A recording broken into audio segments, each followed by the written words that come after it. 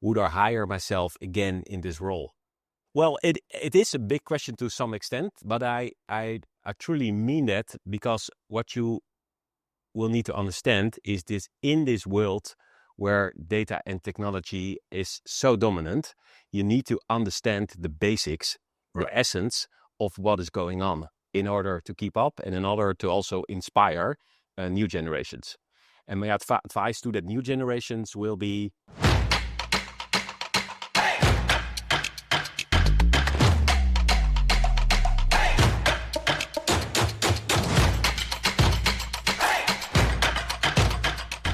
Hello, everyone. We're in Rotterdam, Coca-Cola Europe Pacific Partners office location with Martin and Tom. They're currently leading very important initiatives. Thank you very much for having us. Great you're here, Mert. Welcome. Welcome. Yeah. So now I want to turn the lens to outside of the organization, because consumer brands are now part of our identity. Every one of us is also a consumer, whether we work with a CPG company or we work with our family on a Sunday evening, etc. I want to ask about all these initiatives launched by Coca-Cola family, as well as other consumer brands. What do you see in terms of their applications and how they resonate with the consumer outside? Do you have any recent campaigns, achievements, or observations that, okay, what all these initiatives are delivering to our consumers, how our consumers are benefiting from our transformation, our campaigns and activations? Do you have any couple of case studies to share about this, how consumers see what's happening with their brands in their lives? I think you can mention the Fanta. Yeah, I think there's no question that you need to use data and technology in this whole change and in everything we do. So if you want to reach out, especially to the new generations, you need to make sure that you do everything digital first, right? So I think one of the cool campaigns we did with Fanta, we had this big Beetlejuice, the Fanta Halloween campaign, which is becoming bigger and bigger. And we use the on-pack QR codes, which is very simple, scan and win. But we also do a lot of interactive activations. For instance, what we did with big digital away-from-home screens at Amsterdam Central Station. What the Coca-Cola company did at Amsterdam Centraal is that they had activations live with tasting. But also, people were able to use AI. And with AI, they were able to make their own Halloween on the big screens. A very nice experience, directly linked to their socials. It was a little bit scary as well, to be honest. You don't know what AI will generate. From a content perspective, as a brand manager, this was quite an experience, but it resonated very well. And we received very, very much good feedback on it, but also on putting this on the packaging. You don't want to know how much we saw this on TikTok, Insta, etc. People just filming this. Did you see this packaging? It's everywhere. Yeah. Cool. I wish I was prepared for my Halloween costume to get some brand managers AI support. I missed their window. Okay. I'll look for it next time. Then, with all this speed we discussed, with all this data involved and technology involved, it's got to be difficult to measure its impact. Because everything we build, everything we invest in, whether it's digital capability, whether it's upskilling, whether it's campaign, there should be a business outcome when it comes to the reporting and measurement. And of course, as a category leader, you're involved in high number of activations, you're investing high number of solutions. How do you measure the outcome of these initiatives? Do you feel in a safe and solid state in terms of measurement needs, or do you need more from the industry as a consumer brand? Yeah, so if you're looking at measurement of campaigns, we do have multiple tools, right? So, but the question is, how do you combine those tools together? So what we are now achieve, for instance, is that everything, even though we cannot do anything with the data, at least save the data so that in the near future, maybe we can do something with those type of data. But another thing, also because we're working with the Coca-Cola company, we used to work with two agencies, briefing separately from each other. And what we are now doing nowadays is we brief together, evaluate together, having the same objectives or combined objectives. So I think we are quite advanced there. But yeah, if you talk about campaign measurements, it can be very broad, right? So together with the Coca-Cola company, it's working quite well. But we also see in some teams, we still can do a better job combining all the data together. But which brings me to an interesting nuance, which even many CPG people in our industry working for consumers might not be aware of this nuance between Coca-Cola bottling companies and the Coca-Cola brand company. Martin, would you like to shed some light about what's the structure between Coca-Cola bottling companies and the Coke brand? Because not every CPG has this special setup. No, it's a good one. So you have the Coca-Cola company, which is the brand owner of brands, products, design, and also if you look at old style above the line communication. We also have the Monster Energy company, and we have our local brand, for instance, in the Netherlands, Fernandez. And you have Coca-Cola Europe Pacific Partners, the biggest bottler in the world. And what we do is that we make, move, and sell those beautiful brands towards customers. You're facing the customers, you're managing the retailer relationship, you manage sometimes retail media investment on the ground. So a lot of executions run with the bottling companies, while the brand company manages the brand messaging and global presence. Absolutely. Right. So not many CPG is set up like this. And I heard, believe it or not, in my conversations with CPG folks or consulting folks, sometimes it requires education. Well, it's good that you mentioned it. And it is a beautiful system because we do it together and it's very successful. Yeah. Now, since we talk about e-commerce innovations, and I really like the Halloween campaign, I've been hearing a lot of digital commerce and sustainability synergy, because digital products, digital channel is a very good dynamic category, and there's a different clientele which is sensitive about sustainability. And I know you have a couple of good campaigns recently launched. Can you give us a couple of examples what Coke brands are doing in terms of sustainability with omnichannel? Yeah. So sustainability is like a big word, right? You can do something more on energy. You can, but if we're talking about have cryptocurrency. no, but talk packaging. Yeah, the packaging. Yeah. So I think packaging is a big one also for us. So if you look at our CO2, carbon footprint, packaging is a big one. And what we did, I think already 2 years ago, we said we have like the multi-pack Coca-Cola, which with a handle around it. It's easy for the supermarkets to carry it towards your car, right? But if you're talking about an online customer, you get your products delivered towards your door, and often in crates. So why do we need a handle? So what we said, why shouldn't we skip that type of packaging, but we make like a virtual bundle of the product and deliver like 4 single units instead of the multi-pack, and get rid of the wrapping. Get rid of the wrapping. And it was on a yearly basis 10,000 kilograms of plastic saved just by this simple intervention. And we don't want plastic in our house. So sustainability is really high on our agenda, and it's also cool to see that also with our retail partners, and that we also find the collaboration with it, because this initiative came out of a visit which we were having at the Albert Heijn warehouses. Yeah. So we went through the whole warehouses. Okay, how does a pick look like, and how can we optimize? And then we found out, okay, maybe we can do some things even more easily. So for us, it was more about saving the plastics, and for them it was not about cost saving. For them it was also really important about the cost saving, because what we have seen is that the multi-pack is also in the vans. It's not easily to put somewhere. So if you put it in the crates, you can store more stuff in the van. So it worked both sides. So cost savings, but also in terms of sustainability, it was like a great match. Mutually win. Yeah. Now we all talk about wins, glory, success stories, but this doesn't happen easily, or it doesn't happen by itself. There should be challenges, right? There should be some road bumps you experience while you're experiencing with those new initiatives.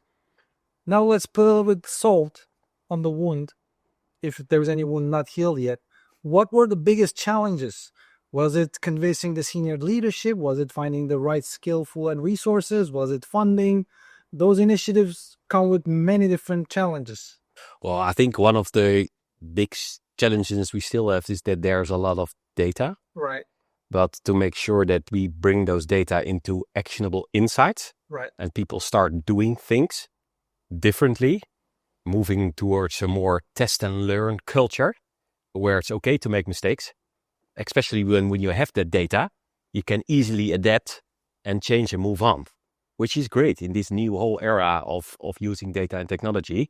But we need to face the fact that we work with a big group of people, a great workforce, which has not grown up in this. So there's a big a challenge, and therefore we run the programs like Tom mentions to make sure that we support the people in order to become more data and tech savvy. They need to feel safe. Absolutely. You feel comfortable. Making errors is not a big deal. Yeah. You just need to continue learning, stand up, and keep moving. Yeah. That's the nature of the agility nowadays. So yeah, you also need to do that because you need to prevent the sort of culture clash, if you like. New youngsters coming in, while we still have people from my age, for instance, 45, and they're not used to those kind of things. So we really need to bring those things together and make sure that we become successful together with all those generations. Yeah, we don't need to have it to see it as a threat, but more like as an opportunity. Absolutely. Empowering. Yeah. Yeah. I'm glad you brought up generation or age. I'm also Gen X. And I find ourselves, compared to millennials and Gen X, actually in a more advantageous position. Why?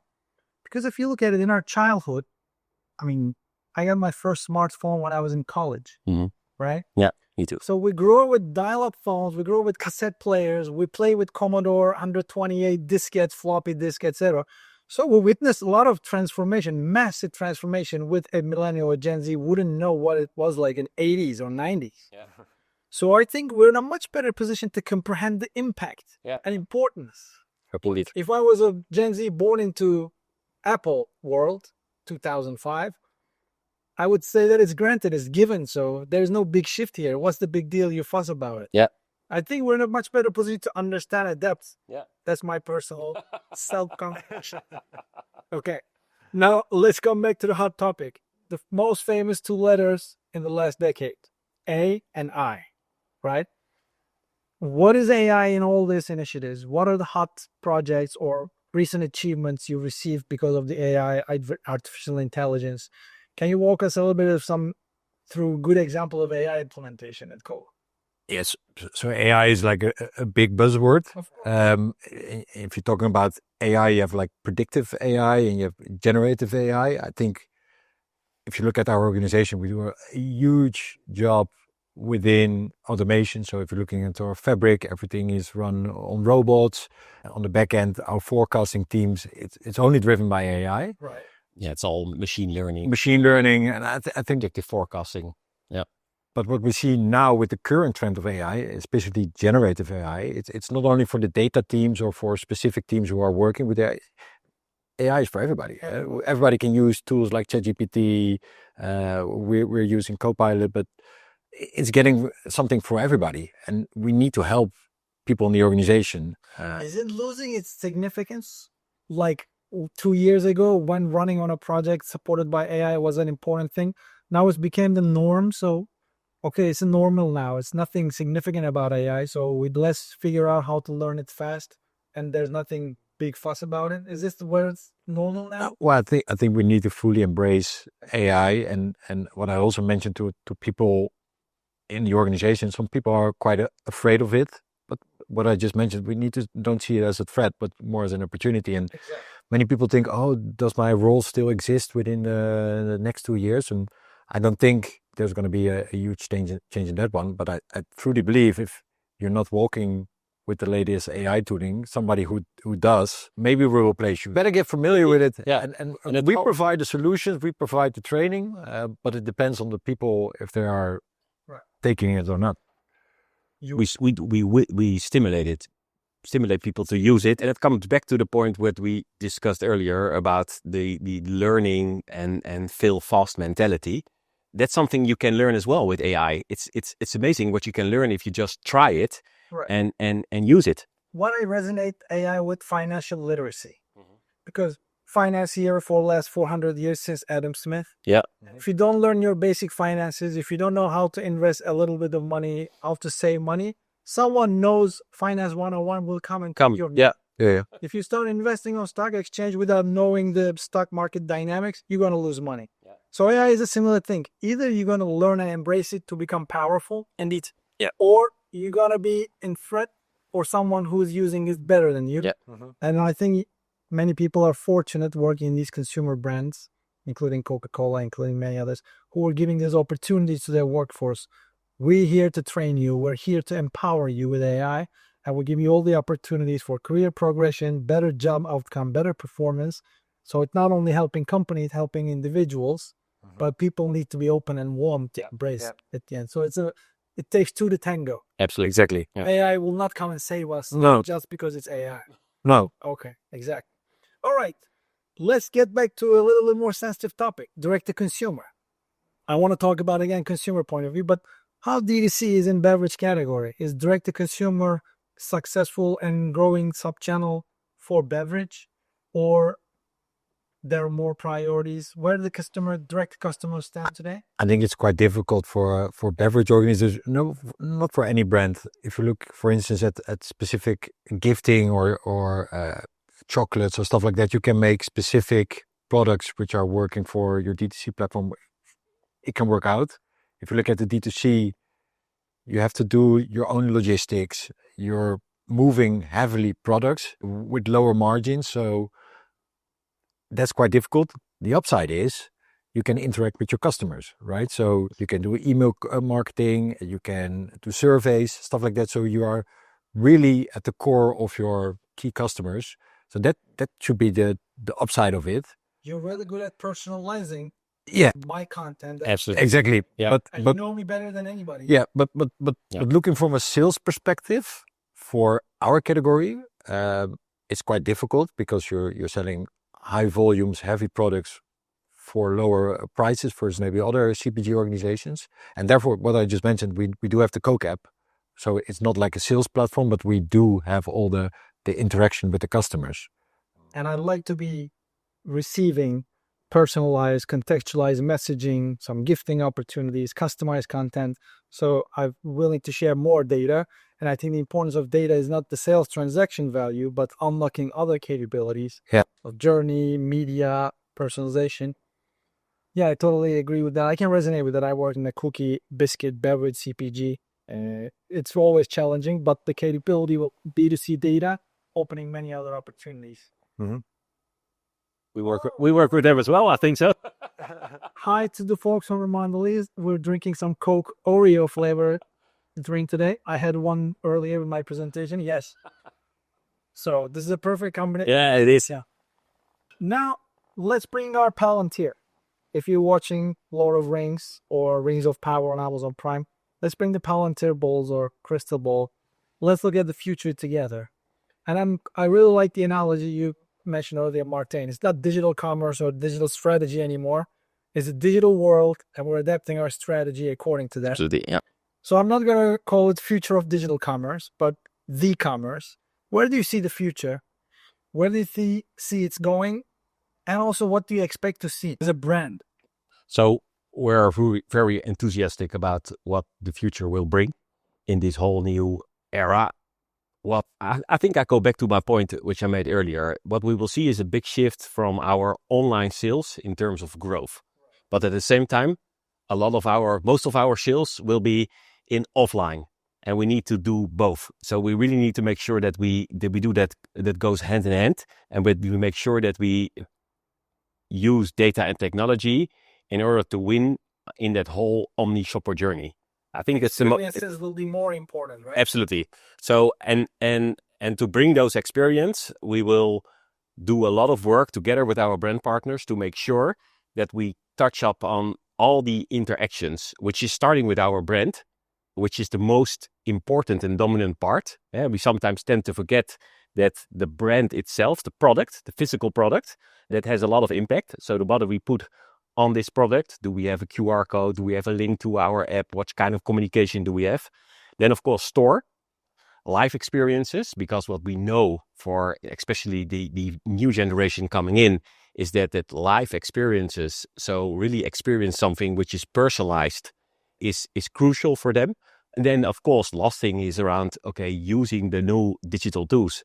So working together with our partners on retail media, on social commerce, on all those kind of things to make sure that we keep winning. You're in a very advantageous position because of a beverage brand, because I'm talking about the future of retail experience.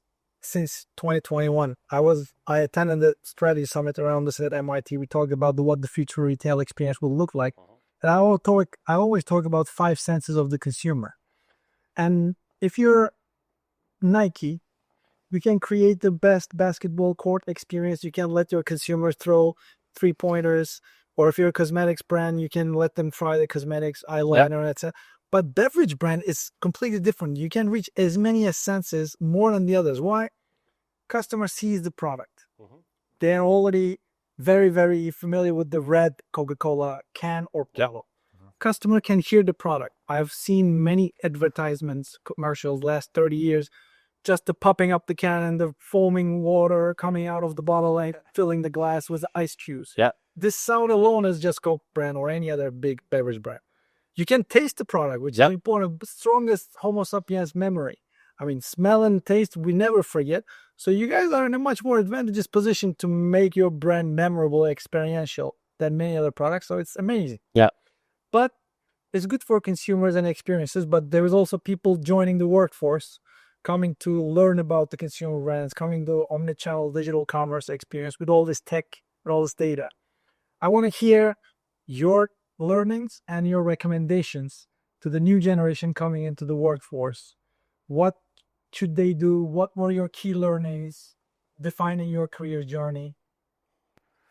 Good question. So if I'm looking at the people who start at CCP, and that's also what we want to try to achieve within the program, is just explore and test. And you shouldn't look too much up towards your leader or the senior leadership team. I think just going, have fun and explore, because they know new stuff which we're not knowing. I'm a millennial, but those new guys have so much cool info which I never heard of, so they can help us also. So I think it's a combination of both. Keep exploring, and look at the short-term gains. Just keep trying as many as the... For instance, last week I was sitting next to somebody, the organization, so we have like flex places here in the office, and he was doing all kind of cool things in Canva or PowerPoint. I was like, how did you do it? Did you build this? How long did you take for this presentation? It was like 15 slides, like really good slides. It's like, I started this morning, and I was like, well, and yet, in a creative agency to do it, you will pay them probably a lot of money. It's unbelievable. Yeah. What about your key learnings? Well, for me, I would like to share 2 perspectives then. One is around, and I'm coming back to age again. So asking the question to people who are 35, 40 year plus, do ask yourself the question, or dare to ask yourself the question, would I hire myself again in this role? Well, it is a big question to some extent, but I truly mean that, because what you will need to understand is this: in this world where data and technology is so dominant, you need to understand the basics, the essence of what is going on in order to keep up and in order to also inspire new generations. And my advice to that new generations will be, try to let data and creativity dance together. So put those 2 on the dance floor, and then magic will happen. I truly believe that. All right, guys. Here I want to thank Martijn and Tom, who are currently leading the omnichannel commerce and digital capabilities initiatives in the Coca-Cola Euro-Pacific partners. Thank you very much for coming to the show. It was an amazing learning experience for me, and hopefully audience learned something insightful for them too. It's very nice to be here. Thank you very much. Thanks for coming. Until next time, stay ahead of the curve, and we'll see you on the show. Thank you.